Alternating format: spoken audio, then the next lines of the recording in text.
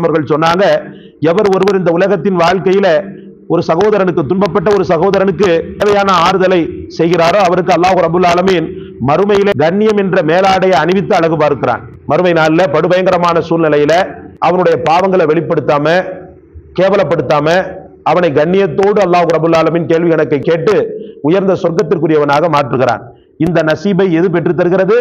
இந்த ஆறுதல் சொல்லக்கூடிய சாதாரண இந்த விஷயம் பெற்று தருகிறது. சகோதரர்களே, வாழ்க்கையை இழந்தவனுக்கு நீங்க ஆறுதல் கூறலாம், உறவை இழந்தவனுக்கு ஆறுதல் கூறலாம், வாழ்வாதாரத்தை இழந்தவனுக்கு நீங்கள் ஆறுதல் கூறலாம், நோய் நொடியில நொம்பலமானவனுக்கு நீங்க ஆறுதல் கூறலாம். இந்த பண்பை வளர்த்துக் கொள்ளுங்க.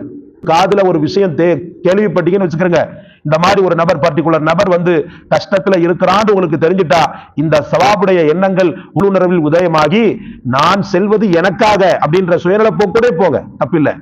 உங்களுக்கு நன்மை கிடைக்கணும், இவ்வளவு பெரிய பாரதூரமான இஸ்ஸத் நாளை